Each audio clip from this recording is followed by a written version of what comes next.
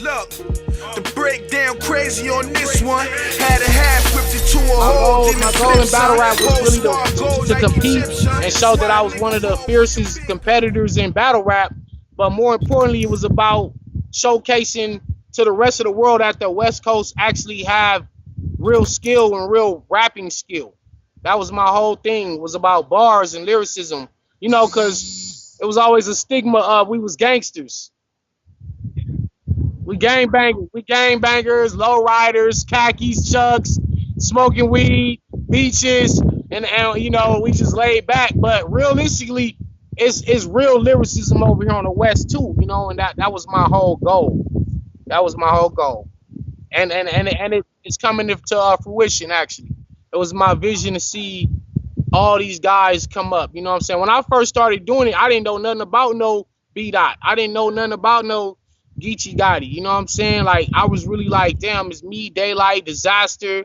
You know what I'm saying? Thesaurus, Ilmac, and KZ the Poet and Rum Nitty. You know, like that was the whole little core for me. But then here come B-Dot going viral, you know, off the Strict battle, you know what I mean? And here comes Geechee Gotti making noise on the Riot Battle League. Shout out to the Riot. And Emerson Kennedy coming out of Salt Lake City, Utah. You know, it was a lot, you know, even the Usos up there in Seattle, you know what I'm saying? All the Uso homeboys, like, you know, Pacific Islanders, they was out there doing their thing. So it was like, okay, the West is more than just LA, you know, it's Seattle, it's Sacramento, Oakland, Arizona, Utah, Las Vegas. Yeah, man, the West is a force now, and you know, it's a blessing, honestly. You know, I'll be seeing it in these people before the rest of the world see it. That's why I take them. You know, a lot of people, like, sometimes they'll criticize me. They'll say, yo, Danny, why you taking this dude named Geechee Gotti? Like, he ain't did nothing. And I'm like, nah, this dude is a beast. He's special, man. They telling me, why you taking Coffee? She only had like 2-3 battles. She ain't nobody. I'm like, she's special. Why you taking Emerson Kennedy? He's special. Why you taking Young B? He's special. I'll be seeing it before everybody else see it, bro. Realistically, I see the potential. And then after I battle them, it kind of helped get their name up and their status up because they come and bring me a dog fight. You know, every time I battle one of these new up-and-coming guys or women, they give me a dog fight, and from there, their status grows. So it's a blessing to see them grow into the people that they have grown into now. They're beasts. Like, I probably, listen, I might have beat them then, but a lot of them motherfuckers right now, I don't want to run a Geechee Gotti right now. You feel me? Like, if I had to do a rematch, I wouldn't take him, man. That boy is a killer, man. Like, Coffee Brown, I wouldn't want to battle her again. You feel me? Like, these are killers. I be escaping out of there with my life, man. You know? But the West, honestly, I feel like the West I'm not biased, but I feel like the West is one of the strongest regions right now. Because realistically, when you look at the last 3-4 years, some of the best battles have come from the West or have featured a West Coast artist. Look at Rum Nitty versus Av or B-Dot versus Loso, or like the list goes on. The West is here to stay, man. And I think this initiation card is gonna really show and further prove that statement. Even though it came from New York City, like, hip hop is worldwide. So it's like, you know what, y'all like URL, y'all got fans all over the world. So now you're starting to see them get on their traveling circus thing right now, and they touching Florida, they touching Houston, they touching Cali, they touching Vegas and London and all these other places they go. Virginia, North Carolina. Listen, man, I love what they're doing because they giving people in those regions, in those cities, an opportunity to come out and see it live, to actually be a part of it, rather than just they got to get the pay-per-view or they got to wait till the battle drop.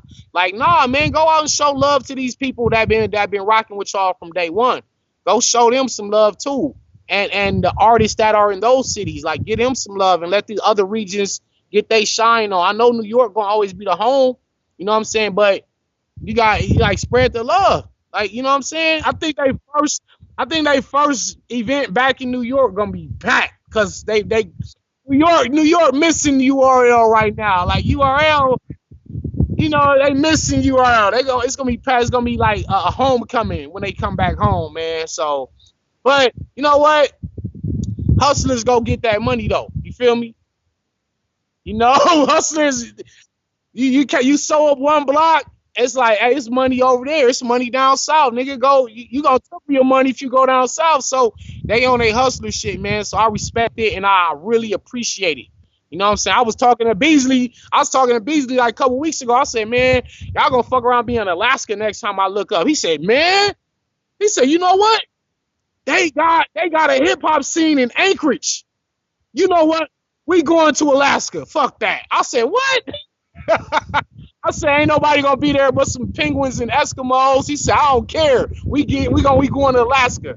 I said, all right, fuck it then. It's almost like one of these Instagram models or some girl you meet on Facebook. You only see her on Facebook. Y'all keep a relationship through the messages and, you know, video. But then she like, hey, I'm coming to your city. Nigga, you gonna show up. You're gonna be there. Like I said, my whole mission was to come and push the narrative that the West Coast had lyricism, and that's all I was really concerned with. I really wasn't. So it was because it was new to me because I've been battling on the street for about 20 something years. So when I actually got to professional, I guess if that's what you want to call it, it was like. When I battled John in Las Vegas and Norbs came out. Norbs was like, yo, you just beat John, man. He said, you know what? I'm going to give you a PG. I said, what? I said, so I just beat a nigga who just was on Summer Madness, my nigga. Like, why do I got to start all the way at the bottom? And luckily, though, he did make me go through that process because where I was at in my mind was, I'm already better than a lot of these guys that's on there. Y'all just don't know who I am.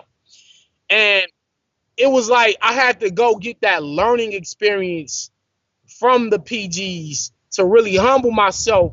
And when I battled J-Rel was able to neutralize a lot of my bars with like jokes and rebuttals and things of that nature. And so it's crazy because I felt like, all right, I beat John, and then I came to New York.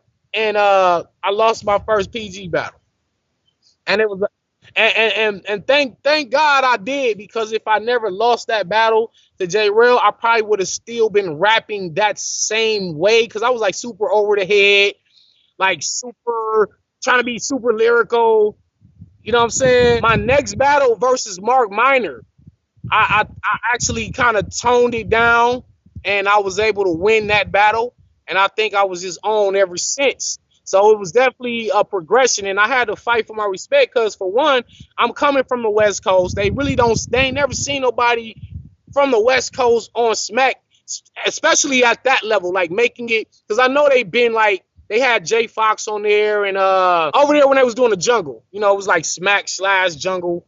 But that wasn't the proving ground. Like, I was like the first West Coast guy to actually make it to the proving grounds. And I opened the door for a lot of West Coast guys to do the same thing. And I was, you know, people just didn't understand my angle. They didn't understand where I was coming from because even though I'm from LA, I wasn't talking about the gang banging aspect of California because I was like the exact opposite of what I wanted to represent.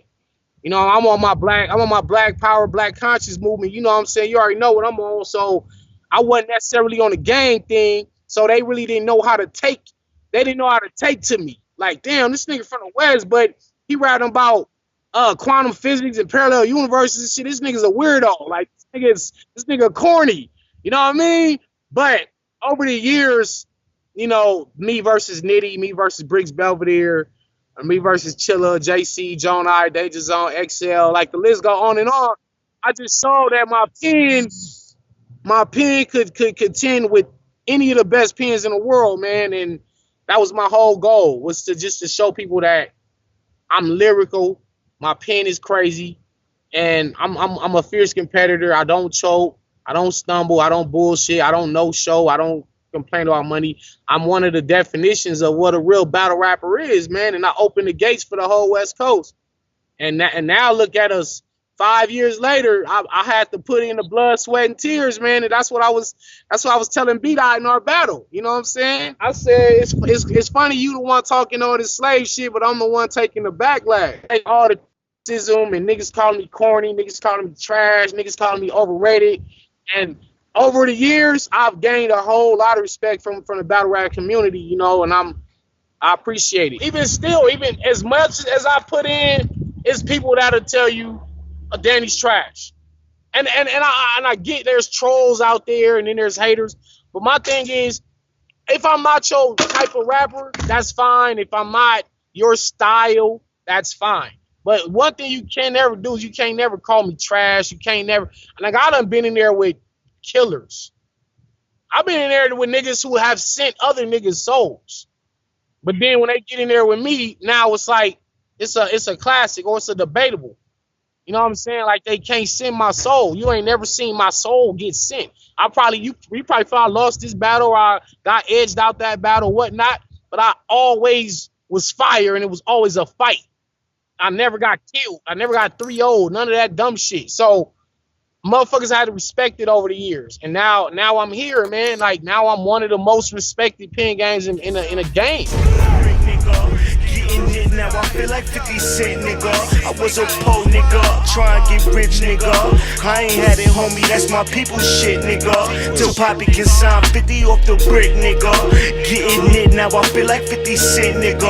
I'm gon' get rich, nigga, like 50 Cent, nigga. I would split a dime bag to a nick, nigga. Sell it for a dime bag of the piff, nigga. Sky Dweller, green froggy on the wrist, nigga. Now we 20 figures, deep in it, nigga. Stay in the loop like infinity, nigga. Feel like hope, man. They think I'm that I'm